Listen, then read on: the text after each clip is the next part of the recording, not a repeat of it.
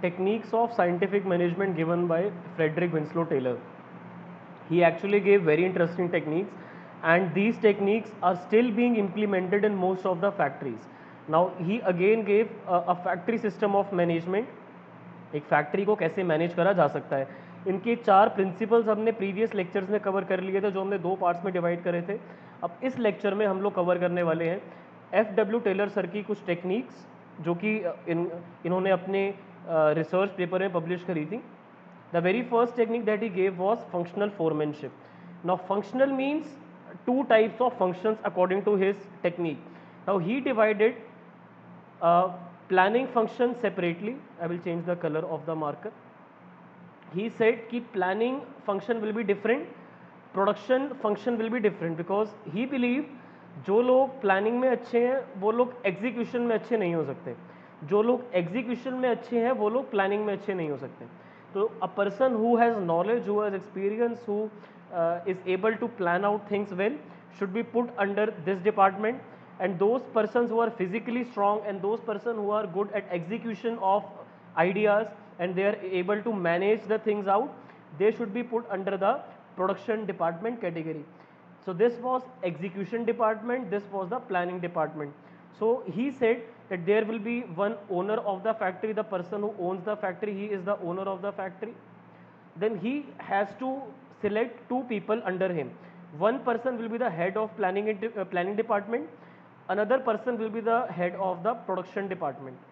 Now these two are the main foremen. They are the main foremen who will be guiding the management and the workers also at times of guidance, but they are basically at the level of management only. And below them we have few people. These 4 people will take care of planning department. These 4 people will be taking care of the production department. Now to be very clear, these people had some paper related work, they have to do some written work, whereas production department people had to make sure that the written work whichever they have written earlier, it should be done properly, right? So here we have 4 people, here also we have 4 people. So I will explain every person's role one by one. So the very first person to be put under the planning in charge is instruction card clerk. So below every foreman you see we have workers. So for these workers, instruction card clerk will be making in cards that let's suppose there are 5 teams of people. Okay, so he will be preparing cards for every team that आपको ये काम करना है, आपको ये काम करना है, आपकी responsibilities आज की ये हैं.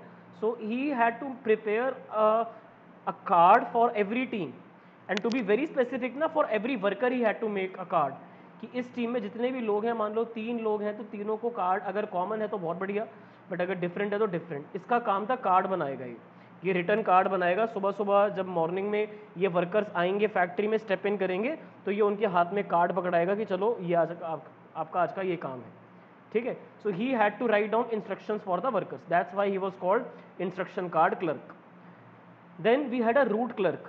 Now the instructions that were written down by the instruction card clerk had a proper route for completion of this task. Now he didn't clarify कि काम होना कैसे है. So काम होना कैसे है उसकी क्लैरिटी रखेगा रूट क्लर्क कि अच्छा ये वाला काम है इसको ऐसे करना है, ये वाला काम है इसको कैसे करना है. तो अगर किसी भी वर्कर को कोई भी डिफिकल्टी हो रही है काम करने में तो रूट ये बताएगा ऐसे करना है काम. तो रूट क्लर्क का काम है मेनली गाइडेंस देने का, इंस्ट्रक्शन देने का. Then we have time and cost clerk. Time and cost clerk हर एक इंस्ट्रक्शन का टाइम बताएगा कि ये वाली इंस्ट्रक्शन इतने टाइम में करनी है और इतनी कॉस्ट में करनी है, ये वाली इंस्ट्रक्शन इतने टाइम में इतनी कॉस्ट में करनी है. तो एक बार इंस्ट्रक्शन लेट डाउन हो जाती हैं तो उसके बाद उनको कंप्लीट करने का एक रूट बनाना भी ज़रूरी है, और कितने टाइम में और कितनी कॉस्ट में वो कंप्लीट होगी वो भी ज़रूरी है. तीनों काम अलग अलग पर्सन कर रहे हैं. ये अलग पर्सन कर रहा है इंस्ट्रक्शन लिखने का काम, वो काम करना कैसे है उसका काम कोई और कर रहा है, और कितने टाइम में और कितनी कॉस्ट में वो काम कर रहा है उसका काम ये तीसरा पर्सन कर रहा है. अब आखिरी पर्सन है वो रूल्स लिखेगा कंपनी में कि ये डिसिप्लिन मेक श्योर करने के लिए सब लोग इतने टाइम पर आ जाएंगे और सब लोग एक दूसरे से आराम से बात करेंगे, कोई फिजिकल वायलेंस नहीं करेगा. तो ये होता है डिसिप्लिनरियन का काम, राइट.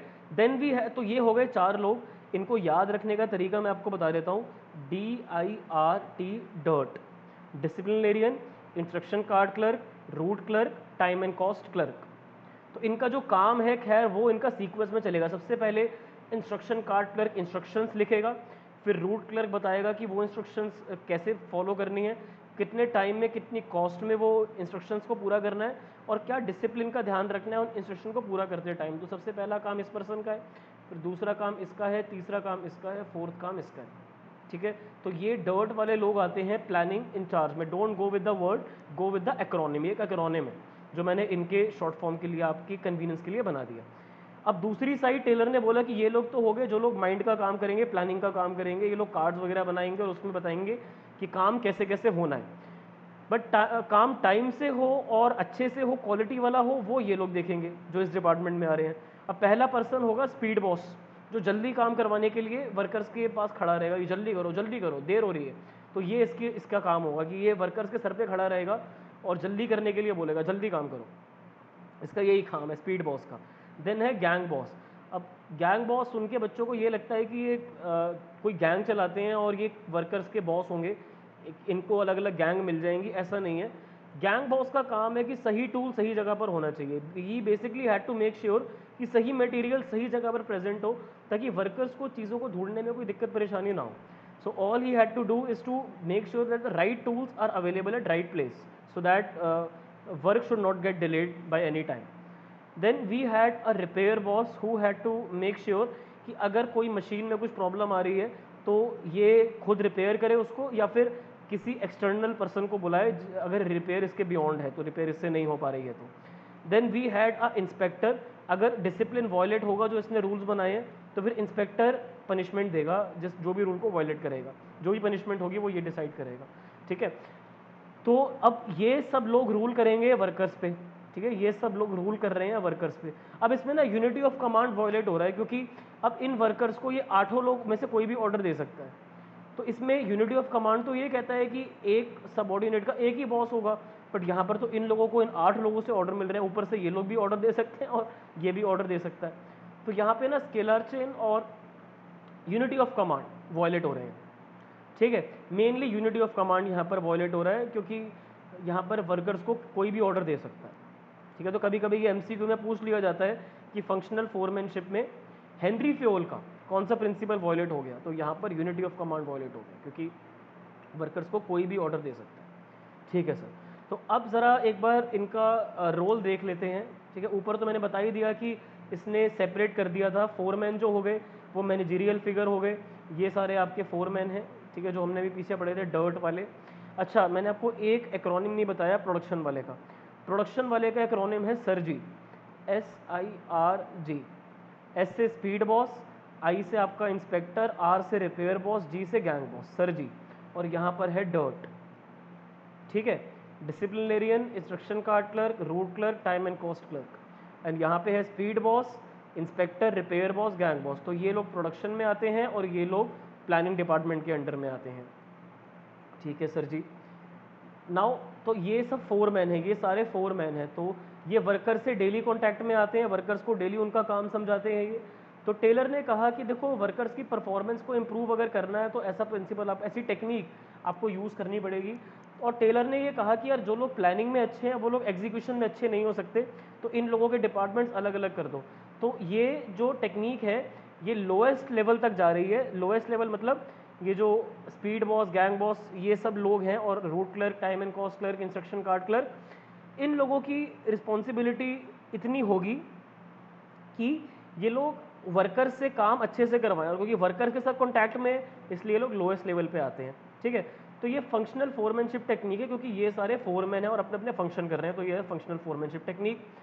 हर एक स्पेशलिस्ट को एक काम दिया जाएगा उसकी क्वालिटी के अकॉर्डिंग, कि आप एक रूट देने में अच्छे हो, आप इंस्ट्रक्शन देने में अच्छे हो, आप टाइम को सेव करने की टेक्निक अच्छी बताते हो, जिसका जो काम है उसमें उसको रखा जाएगा, ठीक है। जो लोग टेक्निकलिटीज़ में अच्छे हैं, इंटेलिजेंट हैं, उन लोगों को प्लानिंग में रखेंगे, जिन लोगों में एनर्जी है, अच्छी हेल्थ है, उन लोगों को हम एग्जीक्यूशन में रखेंगे, फाइन। तो प्लानिंग इंचार्ज जो होगा उसके अंडर में 4 लोग आएंगे, ये 4, और जो प्रोडक्शन इंचार्ज होगा उसके अंडर में ये 4 लोग आएंगे, ये रहे, ठीक है। रूट क्लर्क होगा जो काम करने का रूट बताएगा, काम होगा कैसे। इंस्ट्रक्शन कार्ड क्लर्क जो होगा वो रिस्पॉन्सिबल होगा वर्कर्स को इंस्ट्रक्शन देने के लिए, काम होना क्या है। टाइम एंड क्लॉज कर रिस्पॉन्सिबल होंगे कि कितने कॉस्ट में कितने टाइम में काम पूरा होगा। डिसिप्लिनरियन विल मेक श्योर कि डिसिप्लिन बना हुआ होना चाहिए वर्कर्स के बीच में। प्रोडक्शन इंचार्ज जो होगा इसके अंडर भी 4 लोग आएंगे। Speed boss will make sure कि काम टाइम से पूरा हो, इसके लिए ये वर्कर्स पे चिल्लाएगा, गुस्सा करेगा, जो मर्जी करेगा, बट काम टाइम से करवाएगा। गैंग बॉस जो होगा वो ये ध्यान रखेगा कि सही टूल सही जगह पर है और सही मशीन भी ठीक तरीके से काम कर रही है या नहीं। अगर नहीं तो फिर रिपेयर बॉस है हमारे पास, ये देखेगा कि अगर मशीन या टूल्स अच्छे से काम नहीं कर रहे हैं तो फिर ये उनको रिपेयर करेगा, और अगर रिपेयर इसके बियॉन्ड में है तो ये एक्सटर्नल हेल्प बुलाएगा ऑर्गेनाइजेशन में। इंस्पेक्टर देखेगा कि काम की क्वालिटी अच्छी होनी चाहिए, डिसिप्लिन अच्छा होना चाहिए, और वर्कर्स की जो भी प्रॉब्लम है वो सॉल्व कैसे करी जाए। तो इंस्पेक्टर बेसिकली इंस्पेक्शन करेगा कि सब कुछ अच्छे से हो रहा है या नहीं फैक्ट्री में। तो इसने टेलर सर ने ये टेक्निक दी कि ऐसे जॉब्स आप रख लो ऑर्गेनाइजेशन में। अगर आपका फैक्ट्री सिस्टम है तो उनका सजेशन था ये कि फैक्ट्री में ये जो 4 लोग होंगे ये अलग कर लो, इन 4 लोगों को अलग कर लो, और इनके ऊपर ऊपर एक एक बॉस रख दो और आप खुद हो जाओ ओनर।